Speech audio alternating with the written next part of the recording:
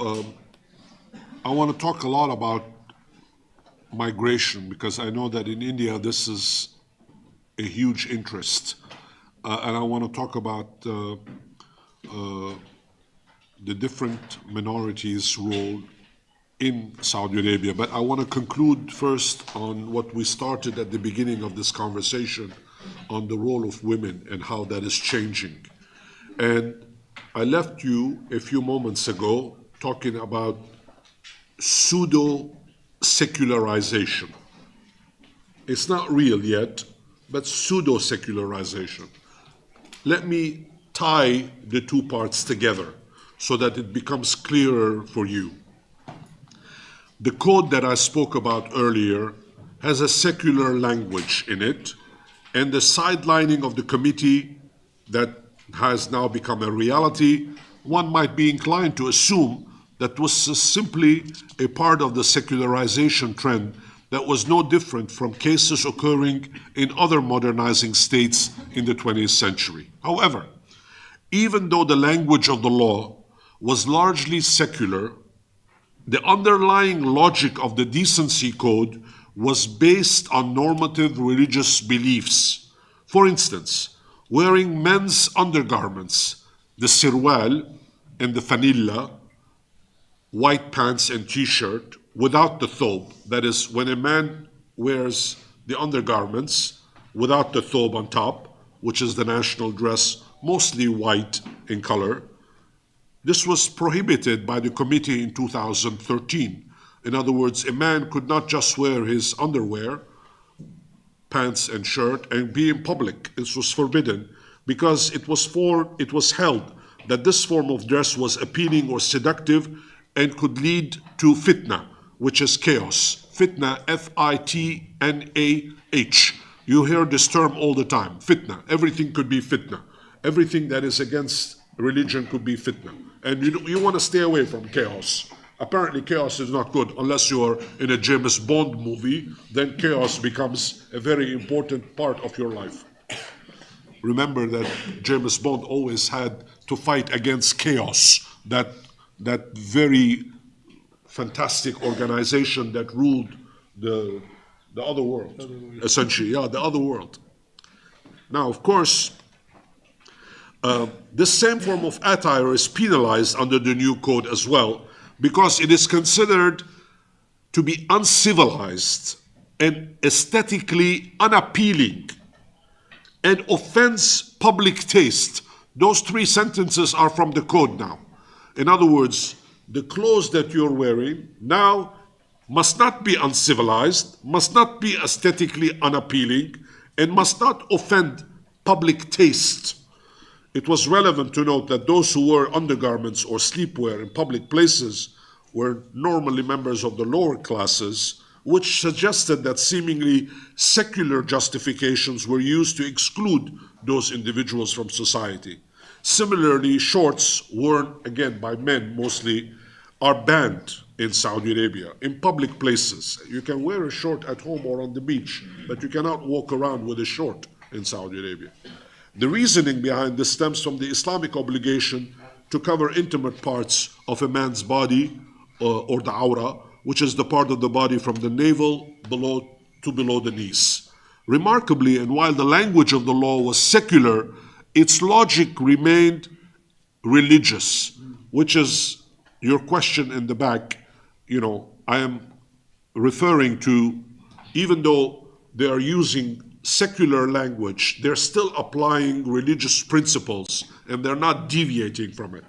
Similarly, even though the code did not provide any details on the specifics of a woman's dress wear, in his first interview with a foreign television network after he became heir apparent in 2017, Prince Mohammed bin Salman referenced women's code in Saudi Arabia as an example of outdated interpretations on the laws of Sharia. Let me repeat that. Outdated interpretations of Islamic norms according to the laws of Sharia. He said, the laws are very clear and stipulated in Sharia that women must wear decent, respected clothing like men. This, however, he is continuing, does not particularly specify a black abaya or a black head cover. There is no such thing in the scriptures or in Sharia about black color. In fact, the color that you are wearing and the color that the ladies are wearing in the back is very common now in Saudi Arabia. Women are wearing different colors abayas, different colors hijabs, and so on and so forth. But he said, he concluded, said there must be of decent, the decision, he continued, the decision is entirely left for women to decide what type of decent and respectful attire they choose to wear. It's up to women now to decide what is decent. If a woman wants to wear a hijab, she's free to wear the hijab because she's decided that that's decent. If another woman decides that she does not want to wear the hijab because that's decent for her, then she doesn't have to wear the hijab. Now, you cannot be clearer than that there is a level of freedom that has been introduced, giving the women the right to decide what they consider to be decent. Obviously, nobody is talking about walking down the street in a bikini. That's not going to happen. But nevertheless, you understand what the mentality is changing now.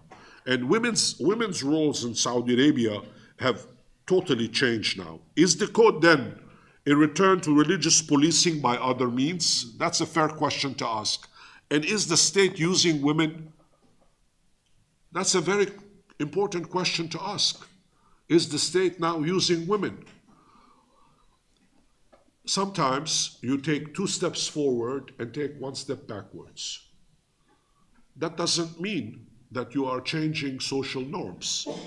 The codes that are being implied, and I will talk a lot more about this on Friday when I talk about the religious establishment. The codes are essentially, are you ready for this? Giving responsibility to citizens. That you are parts of this culture, of this society. You make decisions. We don't make all the decisions. You participate in the decision-making process. Now, of course, there are, as I've said earlier, there are economic reasons for doing this. And let's be realistic. Saudi Arabia has a huge population. I will talk about that in 1 second here.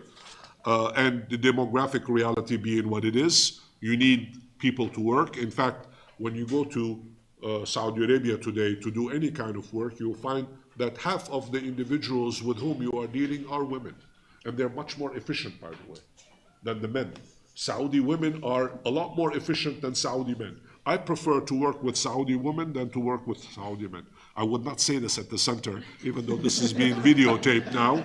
And I don't know, somebody is going to watch it and they're going to send me a written note, reprimand. I don't care. That's all right. I'm too old to be reprimanded, so it's all right. But it's much easier to work with women now because they want to participate in the system. They put their heart and soul in whatever it is that they are doing. But the demographic realities are also there for people to see.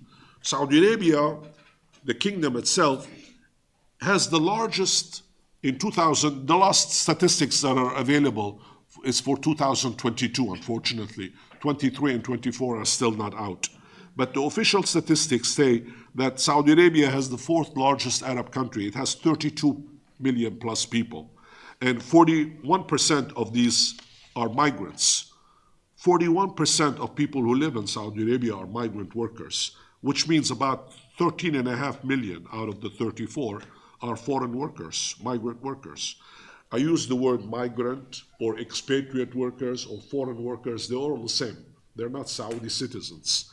They are outsiders, people like me who work in Saudi Arabia. I'm considered to be a migrant because I work there, I make my living there. A lot of people, a lot of Indians, I will give you the numbers now in a second. So therefore, you have a demographic issue here. When you have a country that has 13 million, 13.5 million foreign workers to run the economy, that tells you that the economy cannot do without these individuals. Otherwise, it will not function, right? Now, these are significant figures as the country has experienced a population explosion during the past 40 years. The growth rate for Saudi Arabia is 1.62%. And it's supposed to continue for the foreseeable future. Incidentally, 1.62 is pretty high. That I don't know how much it averages, but it averages to about five or six children per woman. So it's pretty high. It went down. At one point, it used to be eight children per woman. Now it's down to 5, and it's going further down as we go along. As the country develops more and more, the natural growth of the population tends to grow. But the current projections that are anticipated for a large population increase that will reach maybe between 50 and 60 million people by 2030. In other words, it will double between now and the next decade. The population is expected to double. Not all of them citizens, many of them will be foreign workers, of whom, as I said, right now you have 13 million expats. That number could go as high as 25 to 30 million expats. That's huge. That's almost half of the population that will remain as a foreign population. Now, when, for example, in 2022, they were forming at the NEOM project, the famous The Line project, whereby they're going to put a whole bunch of people in a very limited area north of Saudi Arabia. Mohammed bin Salman predicted that the capital city alone could accommodate 25 million by 2030. You guys think you have traffic problems in Delhi. You should see the traffic problems in Saudi Arabia, in Riyadh, even though now they have 6 metro lines that just opened, and it's helping a good deal. But nevertheless, traffic is bad, and you don't want to be caught in a traffic jam in Riyadh or in Jeddah, because in order to get to your destination, you need 2.5 hours to get there. So obviously, the phases you're going to see at the line, they were going to put 1.5 million people. Now they are scaling that back. Maybe they will start with 100,000 people. At any rate, by 2030, the Saudi population will probably almost be 40 million people. That's a lot.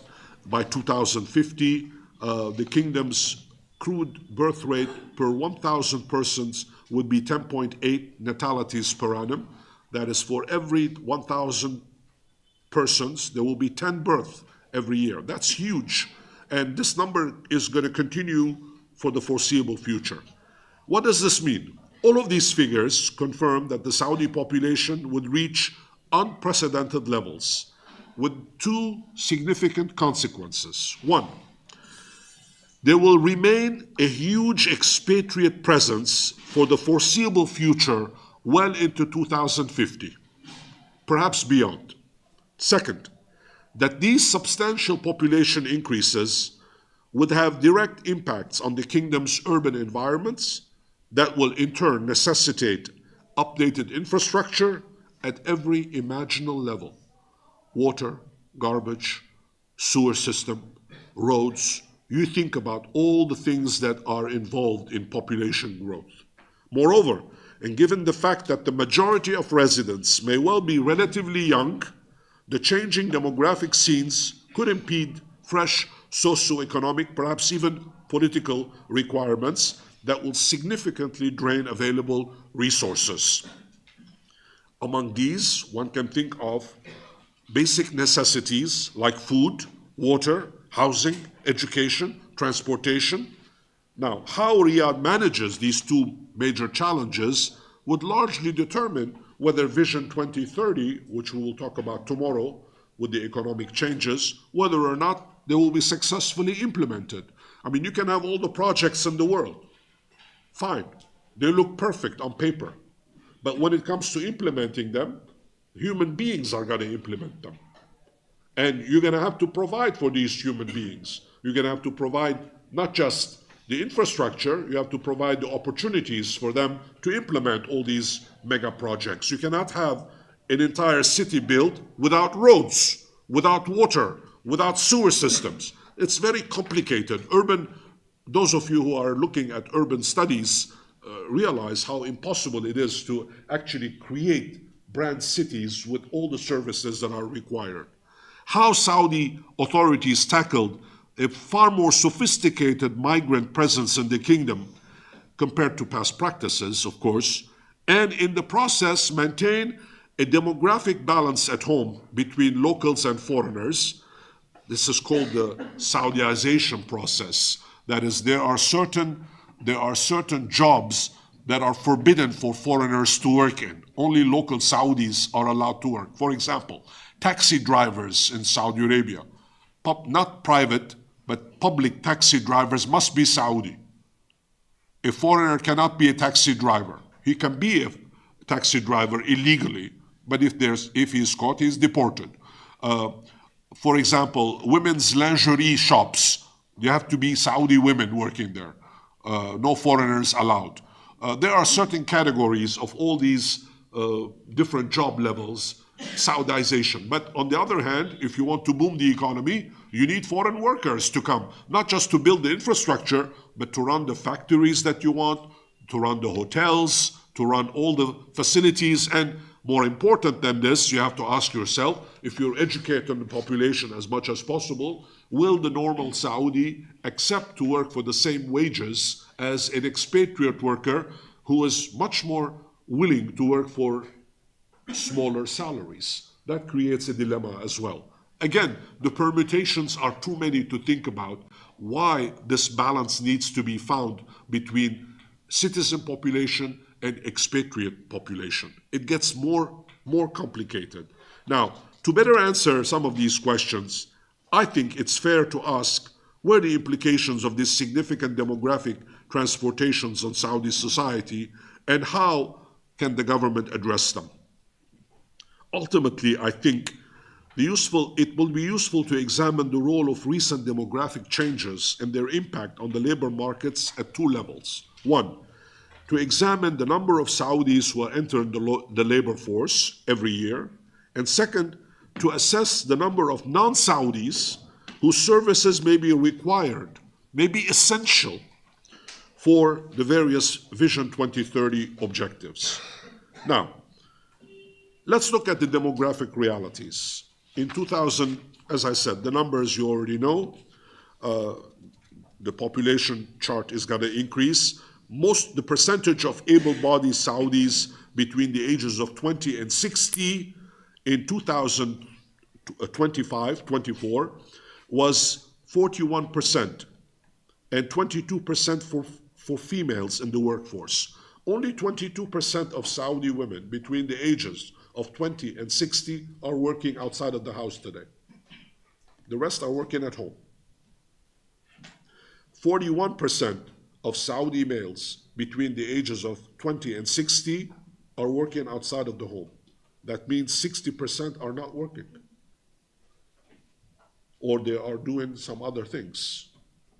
Those are significant numbers, and it's for this reason why you have migration at such an important level, and why you have to have all these numbers. I'm going to give you some examples as well. Even if over the next period, the number of women increases in the workforce. From 21%, it goes up, up, up, and up. Even if there is a steady growth. In practical terms, you need more expatriate workers because the 13.4 million, 13.5 million expatriate workers today, many of whom have family members with them. The kingdom has a tradition of hospitality and welcoming a majority of these men and women. They've played a critical role in the labor force. In fact, in the post-1974 oil boom economy, Saudi Arabia attracted very large numbers of foreign workers from a variety of countries around the world. Lest we overlook this fundamental point, it's important to remember that migration patterns on the Arabian Peninsula are very old. They've developed prior to Islam, and of course spread with Islam. And in the 20th century, after the oil boom of the 1970s, played critical roles in assisting the founder monarch with his manpower needs. You needed manpower to build Saudi Arabia, a desert society. As the kingdom invested in developing human resources, it organized its economic policies, it embarked on 5-year plans that King Faisal started. Every 5 years there is a 5-year plan to equip the country with core infrastructure facilities and the diversified post-oil boom visions starting in the mid-1970s. They encourage both skilled and semi-skilled workers to enter Saudi Arabia to fill a plethora of needs. A steady flow of migrant workers headed to the kingdom. They transformed into a top recipient foreign population. And in 2022, those are the numbers, there are two countries that are ahead of Saudi Arabia in terms of international migration. The United States and Germany only. There are more migrants that go to the United States and Germany and then Saudi Arabia. The majority of Saudi Arabia's foreign-born population are males between the ages of 25 and 45, and they contribute to the labor markets. I will give you some numbers here. Are you ready? Are you paying attention? 2.5 million Indians, 1.5 million Pakistanis, 1 million Bangladeshis, 1 million Egyptian. Now, this is not small number. These are not small numbers. These are significant numbers. And I'm only talking about Saudi Arabia. If you put the other Gulf countries together, you begin to appreciate the number of foreign workers. There must be at least 10 to 15 million Indians working throughout the Gulf region. So that's a significant number. In fact, although the hundreds of thousands of skilled Indian, Pakistanis, Bangladeshis, Egyptians, they told an important sector, in the old days, most of these were unskilled laborers. Now, semi-skilled and skilled laborers as well. You have lots of physicians, for example, that practice in the Gulf region. Indian doctors who are practicing medicine in Saudi Arabia. This is now common. It's not uncommon anymore. In the old days, you didn't see this. Now you're seeing it. It's evolving. Many migrants toiling in the kingdom, they endured very difficult living conditions, and working conditions tend to be pretty harsh for them, especially in the non-skilled and semi-skilled workers. Their life is tough, and the opportunities are not very good, but obviously the more skilled you are, the better off you are. While a large number of migrants live and work in Saudi Arabia, during COVID-19, a good number of them left the kingdom. The numbers are available, but they are probably doctored. Well, nobody knows the exact numbers. Official numbers, and you will see in a second, official numbers don't match the reality. The census figures are not really the most accurate figures. They tell you that they are the most accurate, but I will explain to you why it's not accurate, so that you know. This is an important point. I will stop here and explain this. This is very important. Saudi Arabia also has a significant illegal population. People who go in for Hajj or Umrah, and they never leave. They stay. Therefore, you have a pool, an undetermined number of people from all over the place. They could be from Uganda, they could be from Uzbekistan, they could be from India, they could be from Pakistan, they could be from any number of countries. Good Muslims who go on Hajj and Umrah and decide that we're staying here. We're better off here than we are back home. This is an illegal population. Now, once in a while, the government has these policies where they forgive and forget. Essentially, they ask you to please prepare your bags, we'll pay your way, you return home. But more often than not, this is overlooked. Why? Because it provides very cheap labor. And cheap labor exists for a purpose. It makes the wealthy wealthier. I always tell my better half to always remember that the wealthy become wealthy with the monies of the poor people, with the labor of the poor people. That's the reality, that's mankind. We have still to evolve from that level. Give it 8,888 years. It will coat. It will take a while, but we're not there yet. Human beings, this is a good experiment that God is playing with us, but the plan is not finished yet. We need more time to become really human and respect each other. So cheap labor exists in Saudi Arabia as well. Illegal labor exists in Saudi Arabia as well. That's why the numbers don't match. The Census Bureau, obviously an illegal worker is not going to go and say, well, I'm here, I'm illegal, write me down. They're not going to do that, obviously. So therefore, there is a shadow population that exists in that society whose numbers we don't know.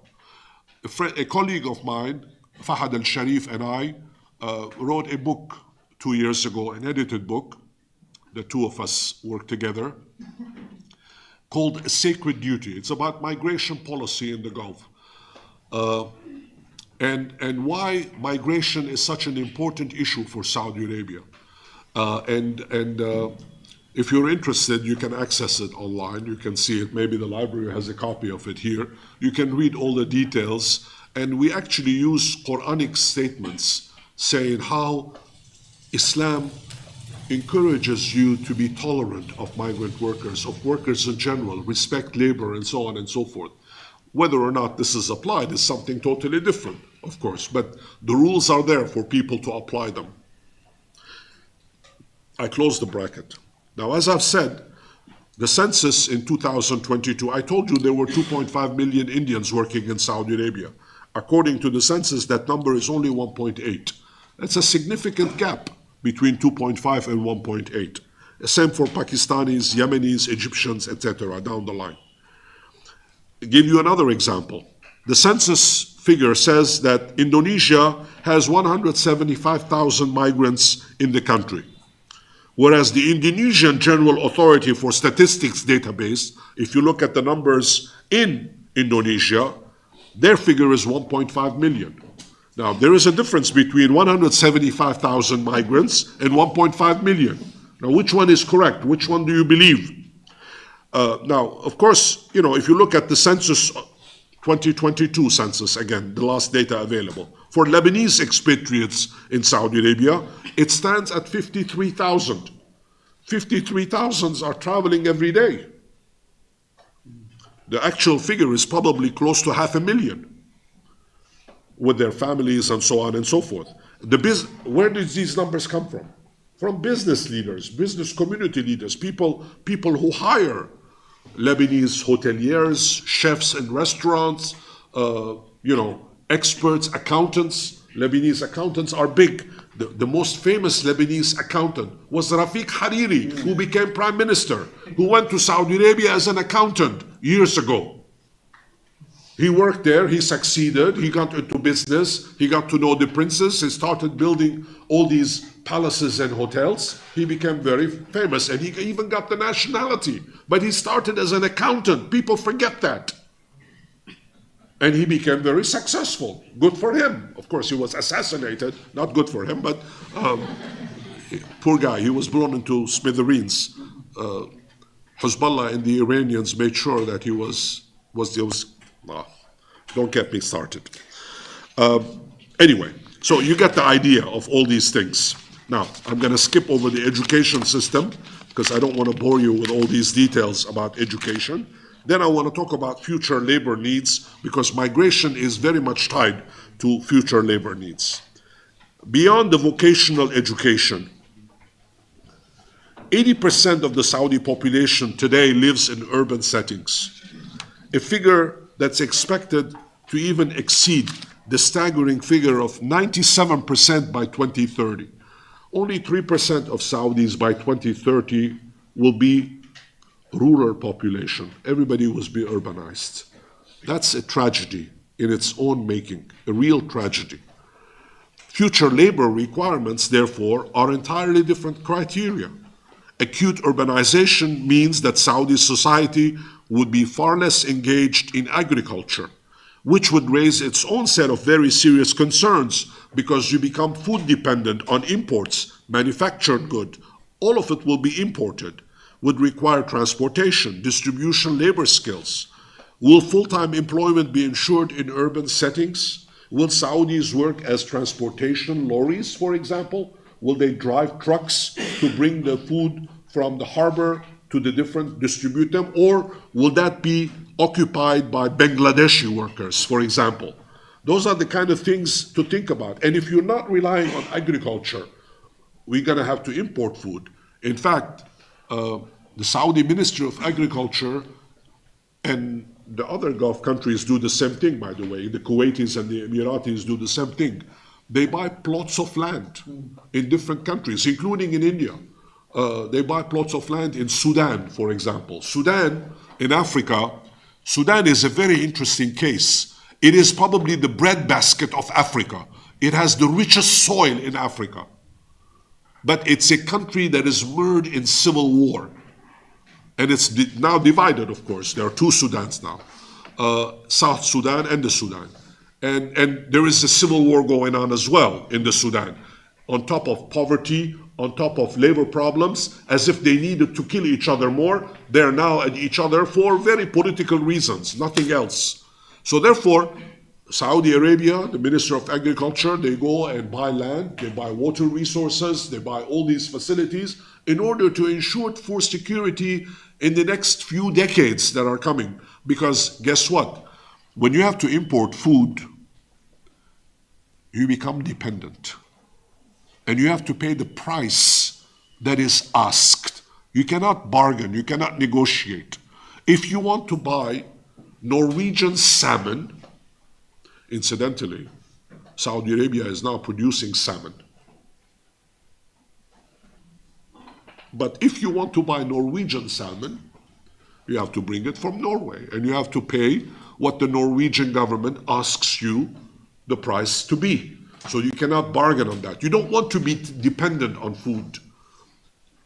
Yes, was it, you were not present, but we were talking earlier at the lecture on Donald Trump.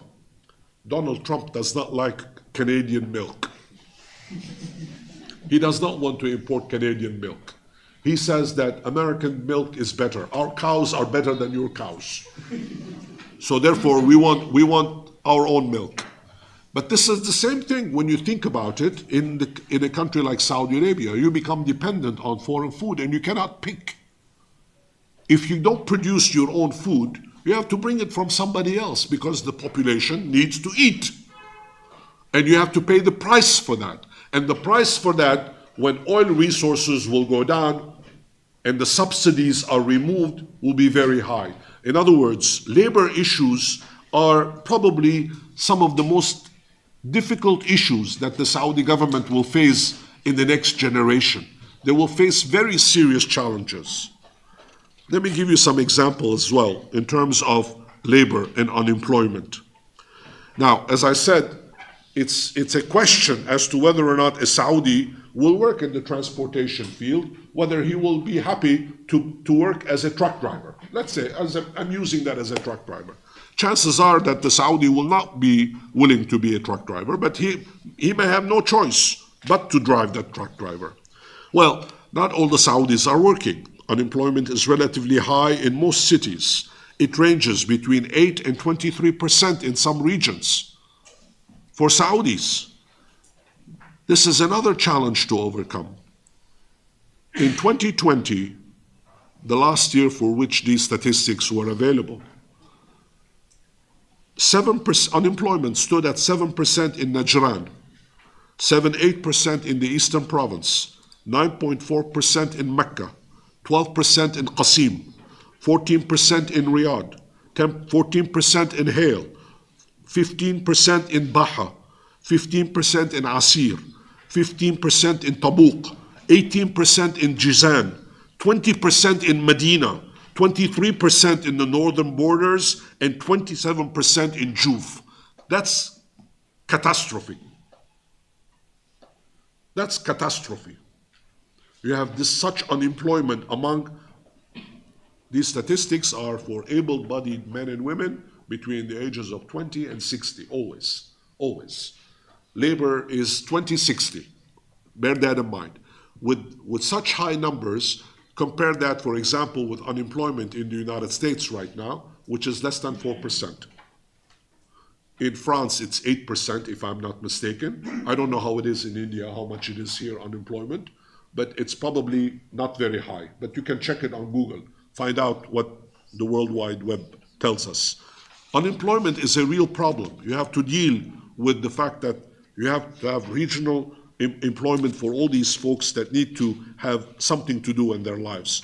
And the government has all these projects. Mohammed bin Salman, yesterday I told you, wants to have 3 million Saudis working in tourism in order to welcome 100 million annual visitors. He wants 3 million people, Saudis, 3 million men and women, to work in tourism. Now, if you go to Riyadh next time, what's the unemployment? 6.4. 6.4. 6.4, which is relatively low, compared to 20% and 25% that we're talking about. So obviously, and I want to give you an example of a very important challenge for unemployment and migration worker, why Saudi Arabia needs all these migrant workers.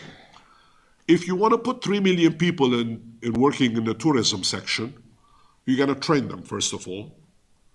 Tourism is a big thing now.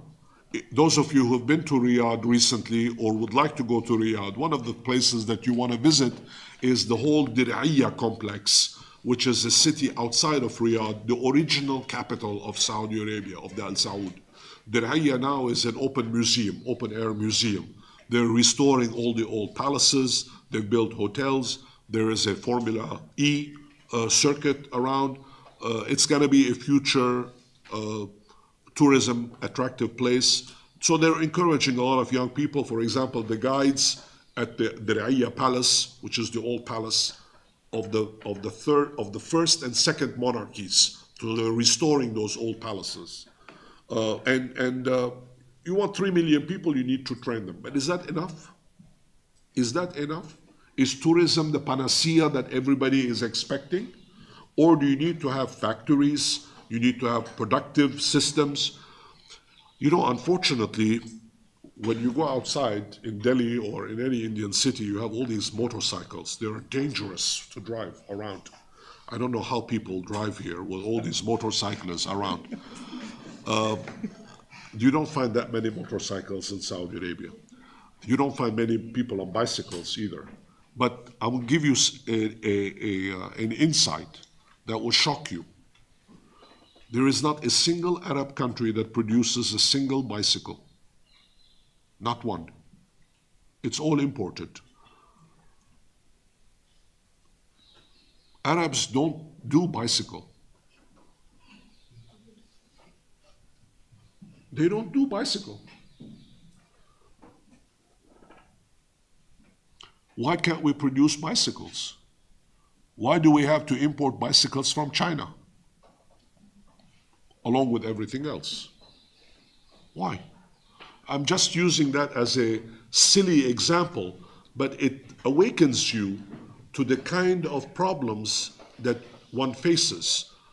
Okay, at NEOM, you want to have lots of beautiful hotels, nice luxury hotels with yachts in the marina, and you're gonna cater to a certain level of Western tourists. All of that is fine. All of that is wonderful. But is that enough? Is that how the economy works, with luxury items for a small percent of the population? Can the Saudis afford to live in a $3 million home? Can they afford to have a yacht? Can every Saudi afford that? The answer is no. Some can, but the majority will not be able to. So you have to provide what I'm getting at. I'm sure you already guessed it. Vision 2030, about which I will say a lot more tomorrow, and the labor issue that I'm discussing right now, why does it need migrant workers? Is because you need to provide jobs for the middle class. You need to create a middle class. A society without a middle class cannot function. A society without a middle class cannot prosper. It's the middle class that makes a society run. And labor is a very, especially intensive labor, where you have to build things in a factory. Let me give you an example to make it even clearer.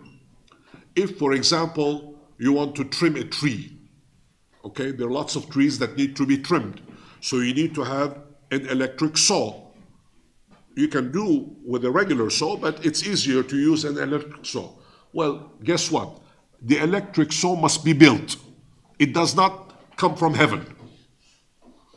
Okay? So a factory needs to build this electric saw.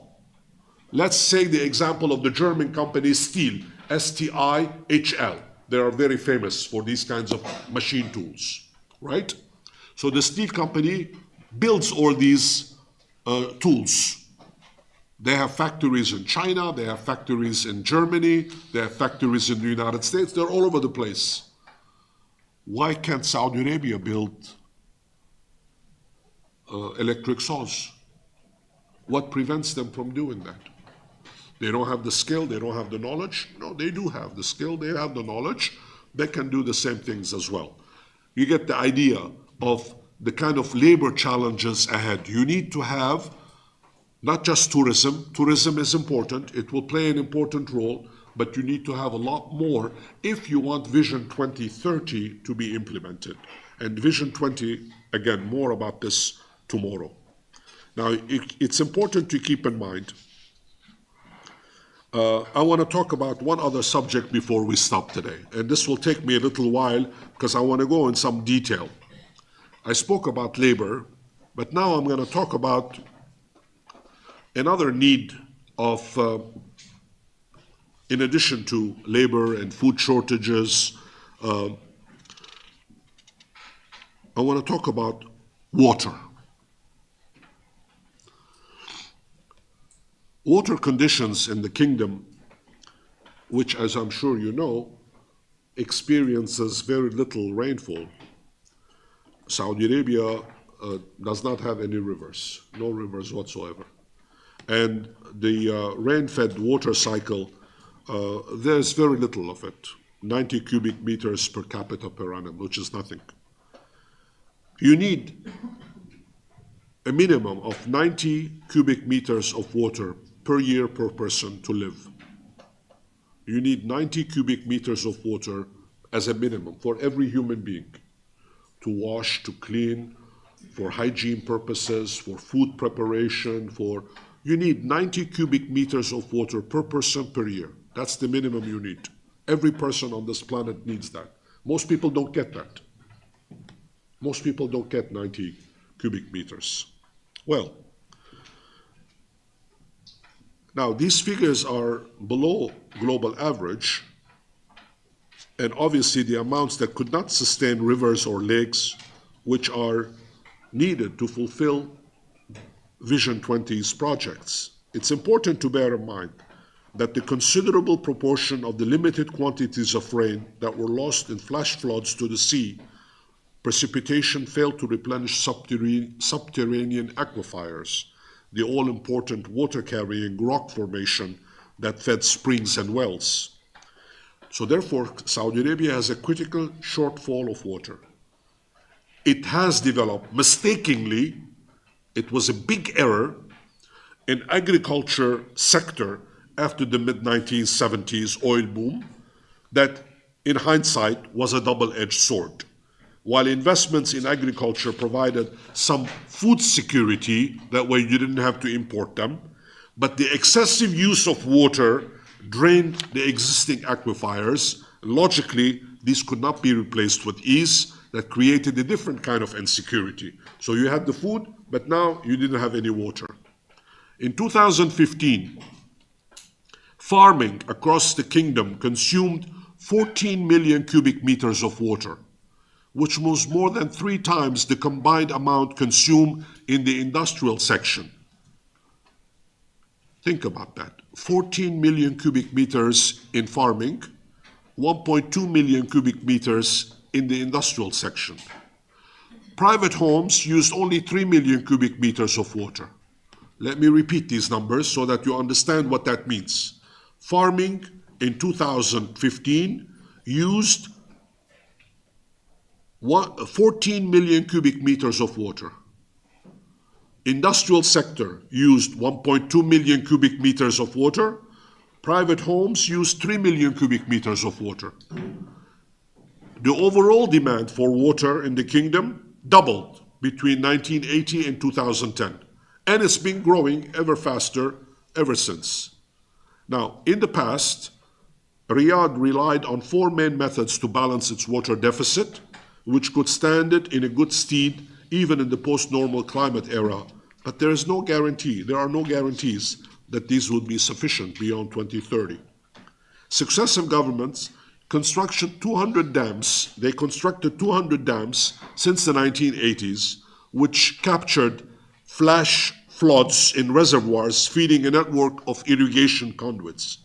This vital infrastructure remained in place, but needed updates. You need to keep up with this. Second, the authorities invested in fossil water, ancient, non-renewable reservoirs hidden deep in sedentary rock formations, even if drilling was very expensive and technically very challenging. Such project sifted the brackish liquid that emerged, often mixed with silty particles, which required technologically demanding filtering. In other words, you get the water, but it costs you an arm and a leg at the end of the day. Persistent efforts in this area raised supplies by over 2/3 in 2005. A third tactic in the Saudi water strategy is desalination, used primarily to provide water for domestic use in cities. Riyadh, for example, gets desalinated water in a pipeline that stretches over 460 kilometers from the shores of the Arabian Gulf. You notice I didn't call it the Persian Gulf. From the Arabian Gulf. It comes all the way to Riyadh. 460 kilometers. Another approach has been to become a champion of virtual water, which effectively meant leasing huge productive tracts in Africa and Southeast Asia to secure long-term procurement of imported staple foods, though fresh ideas were required to guarantee both food security as well as water availability. In every one of these instances, many more laborers were engaged in agriculture, in water management, in critical transportation, which were all necessary to fill the Project 2030. Will the Saudis do all of these jobs, or will expatriates take care of them? I mean, the farm, don't write this down on the paper, please. The farm may be owned by a Saudi, but the farmers that are working on that field are non-Saudi expatriates. Now let me conclude. It's been a long day. Let me conclude. I want to talk about migrant workers as well, to bring it all together. The United Nations General Assembly adopted the International Convention on the Protection and the Rights of All Migrant Workers and Members of their Families back in 1990. This was when they created the International Migrants Day label. and every effort was made to foster the rights of expatriate workers. As a host country with a significant international workforce, Saudi Arabia had devised a system called the kafala system. A kafil is the person who is responsible for you, sponsorship. Kafala is sponsorship, whereby a sponsorship system that granted employers considerable countervailing powers over the migrants. There were past abuses, including curtailments of the expatriates' rights to leave and re-enter the country whenever they wanted to, or resign for their jobs, or move to another employer, or even contemplate raising objections to employment conditions, all of which created negative aura around it. Mercifully, now there are new reforms in the kingdom, as well as the other Gulf countries. I'm focusing on Saudi Arabia, but what I'm saying applies to the other countries as well, which permanently replace the system in place. One of the most important new laws that were introduced in Riyadh replaced the kafala system with a contract-based mechanism that allowed and will henceforth permit most foreign workers to freely enter and exit the country, change employers a year after signing their first contract, and otherwise retain one's passport. Before, the employer took your passport and you were essentially a slave. That's illegal now. Nobody can take your passport away from you. This reform effectively meant that the human rights of expatriate workers in the kingdom were, for the first time, protected. Consequently, the Saudi economy was no longer burdened with the kind of handicap that prevented labor productivity from rising. Few, however, should be surprised by the dramatic enhancements in labor relations, as mobility and appropriate legislative changes will inevitably buttress the country's labor strategy. One may well anticipate disruptions, though improved productivity will also translate into concrete economic benefits across the board. Stable and higher wages will prevail in the future, despite serious environmental challenges that will be created. And I gave you the example of water, but you can duplicate that with a lot of different sectors. Businesses would be emboldened to accept financial risks as they allocate capital investments because, and I would like to emphasize this some more, they would likely benefit from positive signs of productivity. If your migrant worker is happy and you're treating him nicely, he will be more productive. He will not slack off. He will work. Over time, even the significant wage gap between Saudis and non-Saudis would be gradually closing, something that would also benefit the Saudi worker. Now, maybe it is too soon to appraise Saudi Arabia's demographic transformation. Positive signs, however, are clear, both for domestic and migrant workers. 3 points. 1, introduce relatively stable demographic conditions in the country. This is a must. Huge population increases reaching 60 million by 2050 or 2060 are dangerous.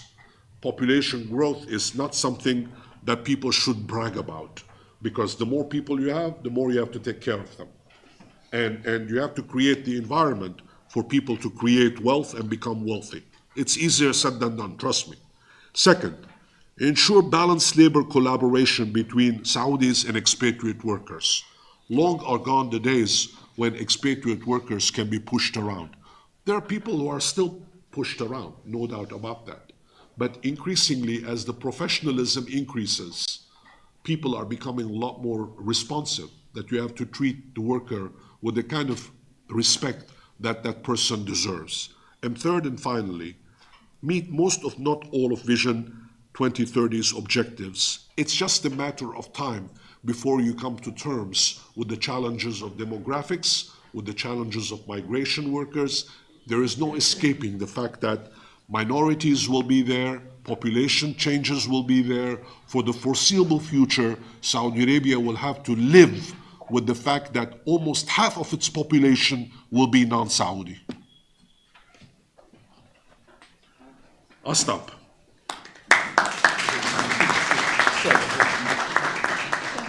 It's a shocking statement. Thank you.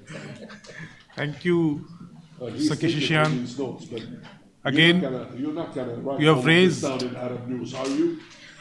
Remember, I have to go back there. I think despite the long day you had today, and despite, the 2 consecutive lectures, I think you have raised the appetite for more questions. So, yes. Okay. So, Irfan, Deepika, Stuti, and then Aslam.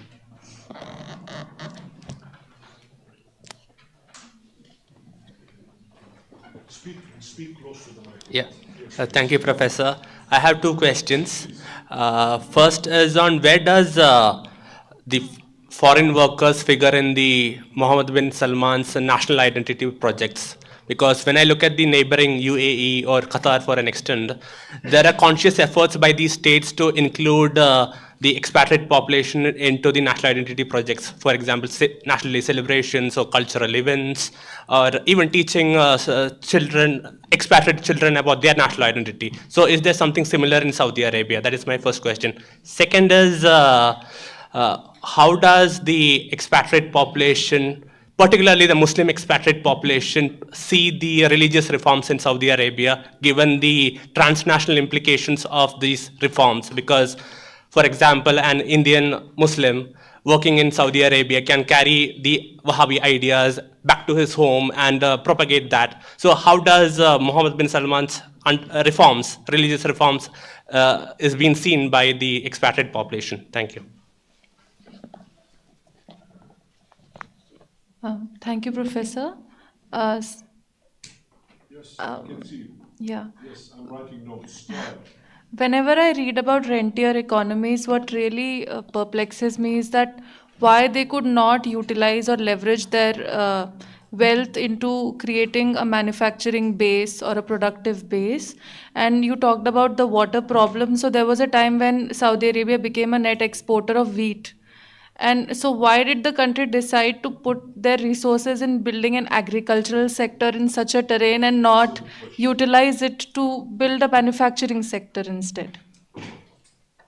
Excellent question.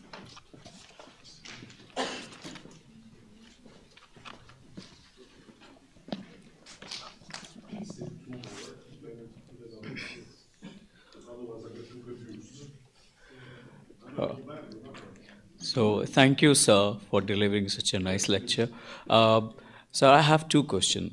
First, if we see the development, we have to see in all aspects. You talked about the providing food, housing, and education.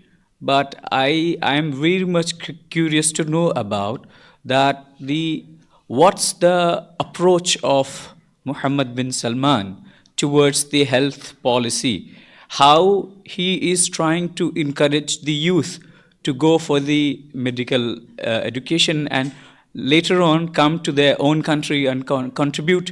And it will lead to the development, because a country who wants to reach the level of complete development, it has to reach all its aspects. So, what his approach towards it? And the second question is, previously we have seen that Saudi Arabia providing aid lots of countries to build missionaries and mosques. So now we are seeing that the dream project of Mohammed bin Salman, that Vision 2030.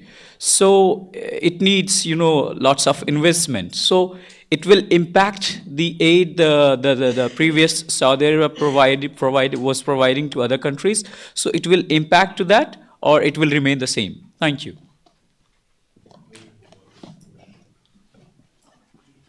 One more, and then we'll. Okay. That's 1, 2, 3, 4. Already I have 5. Already I have 5 points. Okay, 6. Number 6. All right. One more. Thank you, sir, for the lecture. So my question was related to food security. Like you rightly pointed out that Saudi Arabia has been buying up land in African countries. So if we look at these countries like Sudan, for instance, like you said, these are weaker state structures, and therefore it is easier to kind of venture into them, buy their land, put their management there, and then take the produce back home.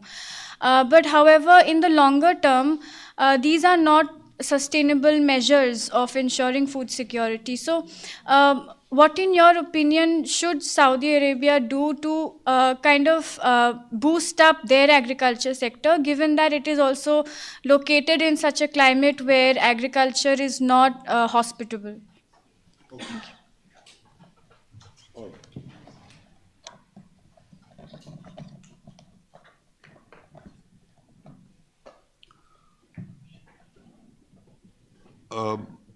Foreign workers will have an important role to play in Vision 2030 for the foreseeable future, whether people like it or not.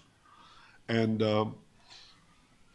whether or not the plans, all of the projects will materialize will probably take much longer than Vision 2030 anticipates. This will be a long-term project. Some of these projects will take 30, 40, 50 years to complete. So therefore, we're talking about a long-term investment. And this international presence, which is, I focused on skilled and semi-skilled workers. But if you look at the upper skilled levels, you also have a lot of architects, you have some builders from the UK, from the United States that are involved. These are highly paid individuals whose skills are not found easily, and you have to really rely on them, because you're dreaming of creating utopia more than anything else. Some of these projects don't resemble normal urban settings. They are really out of this world. If you look at the NEOM projects, for example, NEOM, I will talk more about this tomorrow. NEOM has a variety of projects with them. All of them have very interesting names. I mentioned the line today, but one is called the Trohana. And if you look at the architecture, it's like rocks, buildings coming out of rocks, and it's really something, beautiful imagination, as Donald Trump would say. Everything will be beautiful. But obviously this is gonna take a lot of migrant workers' presence. And then when you finish with all these projects, you have to run them. You have to upkeep all these projects. It's not sufficient to just build them. It's like, for example, when you build a road, let's say you have built a freeway, okay, or a highway. Well, people assume that that freeway will live forever. Well, guess what? Freeway has shelf lives of 15 years. Every 15 years, you have to update it. You have to make sure that it's asphalted regularly, that the guardrails that are broken are fixed. You cannot just leave an infrastructure like this. In fact, in the Saudi budget, the last Saudi budget, 15% of the allocations of the budget are for the upkeep of the infrastructure of the country. A desalination plant that is working in Dhahran needs constant update in order to maintain the level of production that it has. Otherwise, it will not produce the water resources that you need. So therefore, migrant workers will be essential for the foreseeable future, whether people like it or not. In Arabic, sha'a man sha'a wa aba man aba. Whoever likes it. If you don't like it, too bad. Now, there's a very provocative question about religious reforms and whether or not, for example, an Indian Muslim that lives there or carries Wahhabi traditions back to India. I will talk more about Islam, and I will talk more about religious issues on Friday. But you have to understand that proselytizing is not something that is encouraged. You don't have to be a believer. You are free not to believe. Now, if you decide as of your own will to follow the Hanbali school, the Unitarian traditions, you notice I didn't use Wahhabi term because that's a pejorative term. To call somebody a Wahhabi is like insulting them, literally, because he's a Muslim. He's not a Wahhabi. He's a Muslim. He's a believer. He follows certain traditions that Muhammad ibn Abdul Wahhab, when he talked about Tawheed, unity, introduced. Now, you might not agree with the unity quest. Fine.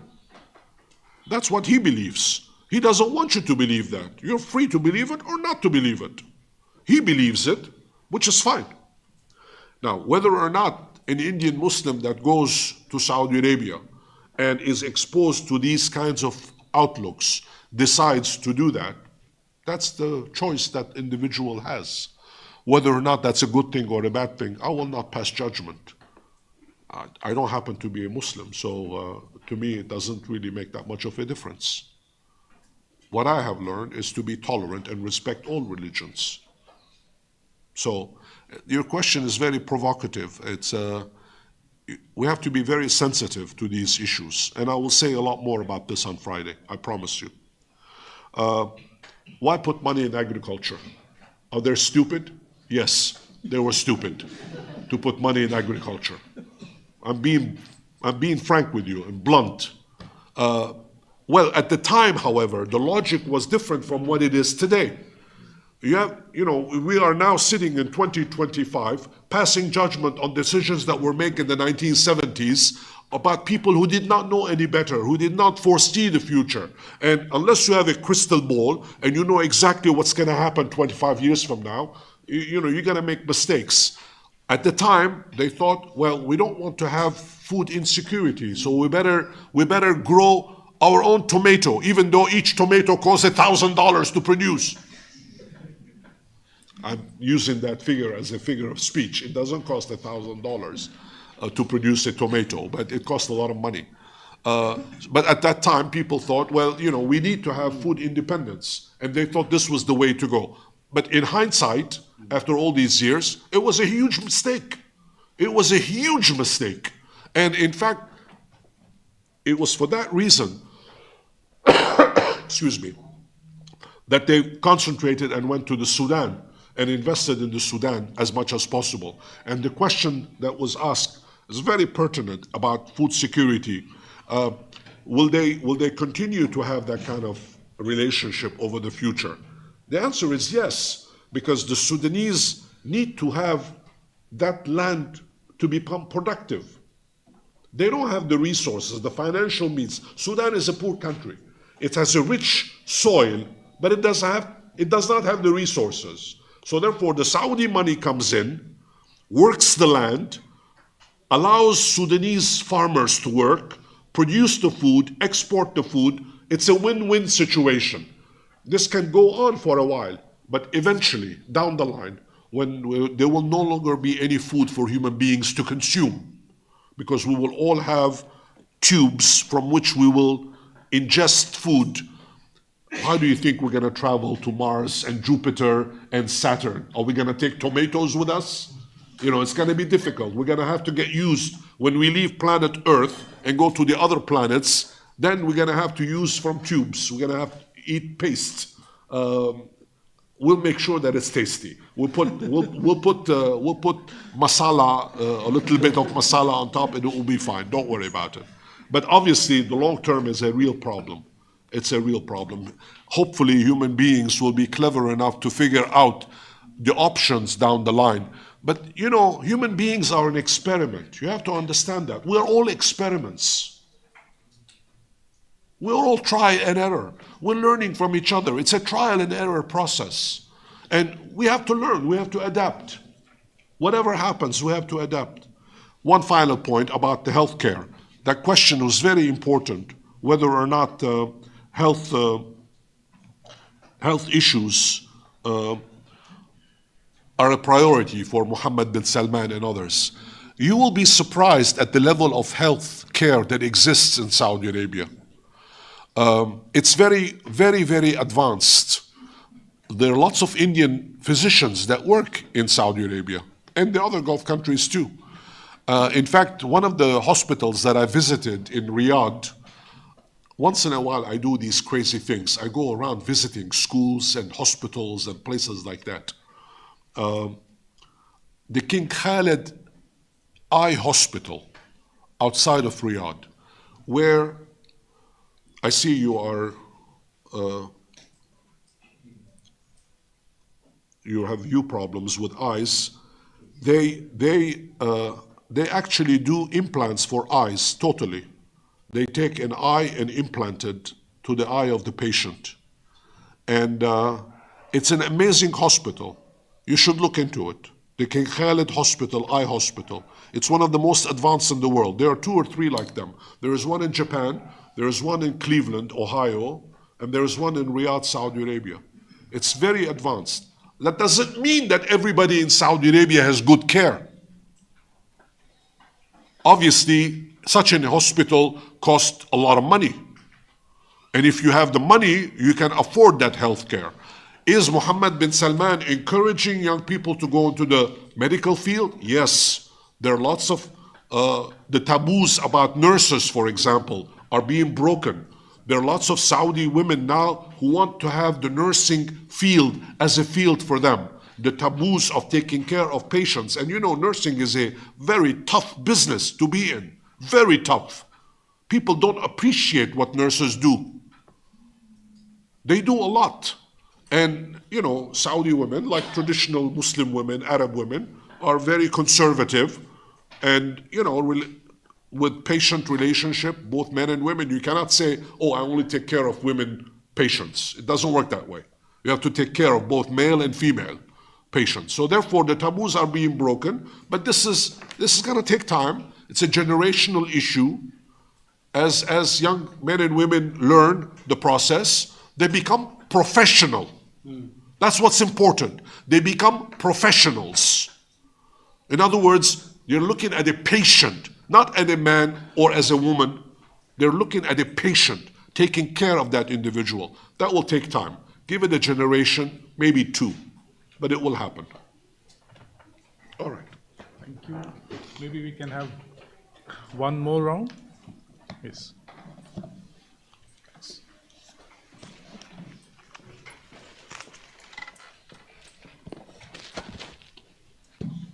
Thank you, sir, for great section. Sir, today we know that the Saudi Arabia economy depend on the majorly oil. Oil, mainly. Saudi Arabia want to diversify the economy like tourism.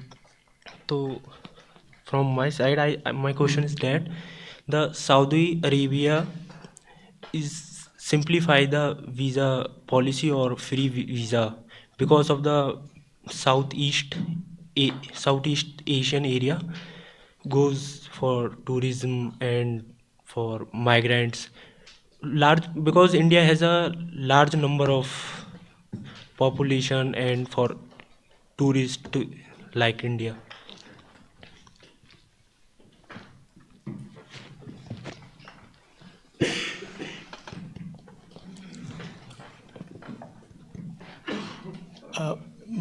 My question is related with the NEOM project. As you anecdotally said that about the agriculture that they were stupid at that time. So my question is, as we know that NEOM project actually it involves a lot of population, the construction and everything. How much it will affect the existing water issues because it requires water. If you are sustaining a lot of people at that particular area, construction, it all involves water. So is there in this vision, do they have a plan how to procure, because you need a lot of water to sustain such kind of project. So that's what my question is.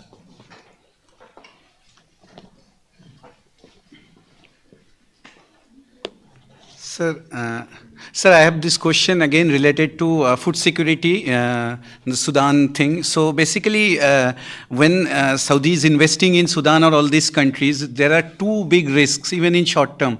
So number one, most of these countries are politically unstable. Today there is one government, tomorrow there is another government. So by overnight government is changing, so what they can do, the contract is in risk. And second is also that Saudi is not the first country to invest in all this region. Then other neighbors, particularly UAE, has been a pioneer in investing in Africa, in agricultural land and everything. So my question to is, like for the political instability, what is Saudi's hedge? And for this geopolitical competition with other neighbors, what is the competitive edge of Saudi? Like how it can, what is its plan to beat other neighbors?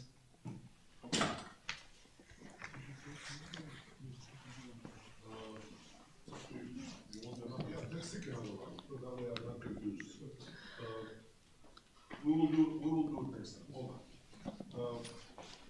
Oil income. Saudi Arabia today gets approximately 55% of its resources from oil income. It used to be up to 90%, now it's going down. It's going down to about between 55 and 60% oil, and the rest is coming from other sources, including industry, including fines. I talk about the decency code, and if somebody messes up, you have to pay a fine.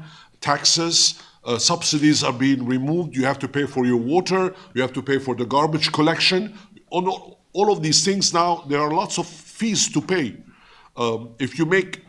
Even if you're an expatriate worker in Saudi Arabia, you have to pay for all the services that you get that used to be subsidized. So therefore, oil income is going down, and the whole Vision 2030 project is to reduce dependence on oil income as much as possible. It's not going to go down to zero, obviously, that's impossible. But maybe that it would reach that point in the next 200-300 years. But I will be long dead by then, and most of you also will long be dead, so don't worry about it. Let somebody else figure that out. We will not be around to know. So therefore, this oil income is critical change. With tourism from India, I'm not sure what the rules for India are in Saudi Arabia. In the UAE now you can get a tourist visa for an Indian expat. But in Saudi Arabia, I'm not sure. I think you still need to have a job. But for tourism, they're facilitating, and you can get transit visas, if I'm not mistaken, whereby you can stay for 72 hours and subject to renewal. But this is changing. This is changing. Why? Because Mohammed bin Salman wants to have 100 million tourists. 100 million tourists are not all going to come from Paris, France. They're going to come from Mumbai and Delhi and Goa, and they're going to come from Karachi, they're going to come from, Dhaka, they're going to come from all over the place. Lots of Chinese tourists right now. Lots of Chinese tourists. It's full of Chinese, and still the Indian subcontinent will remain the primary source of all these migrant workers for the foreseeable future, simply because the tradition has been there. As I told you, there are 2.5 million Indians working in Saudi Arabia right now. 2.5 million is not a small number. It's a huge number, and that's the legal number that we know about. Could be more, for all we know. Now, the water questions, these are very serious issues. The water question is, of course, not just in Saudi Arabia. Water has become a global phenomenon, and a lot of countries have to struggle with it, including in India. You guys are struggling with it too. Water is a precious commodity, and human beings have abused it. World population is increasing rapidly, and we all need to have water. As I said, you need 90 cubic meters. You cannot do without water. You can live without food for several days, maybe for a week, 10 days. You cannot live without water. You will die. So therefore, water is a very serious challenge that a lot of countries have got to face. The irony, of course, is that a country like Maldives is going to sink underwater. And they will have too much water. They will have to learn how to swim. Political instability in the Sudan, and whether or not they want the stability itself. You know, the Saudis know about this, and they are trying to bring all these warring factions together, not just in the Sudan, but in Ethiopia with Eritrea, for example. They invited them to come in. You know the details better than I do. And you know, they're trying to make sure that there is some level of political stability in the Horn of Africa. Don't forget that in the Horn of Africa now, you have a significant outside presence in Djibouti. In Djibouti, you have the Americans, you have the French, you have the British, you have the Chinese, you have the Koreans. They're all over the place. Everybody wants Horn of Africa. And the Chinese, as you know better than me, are investing huge sums of money in Africa. And they're also doing it for market purposes, for their own policies. But the Chinese, they are very clever. What they do, they hook you on debt.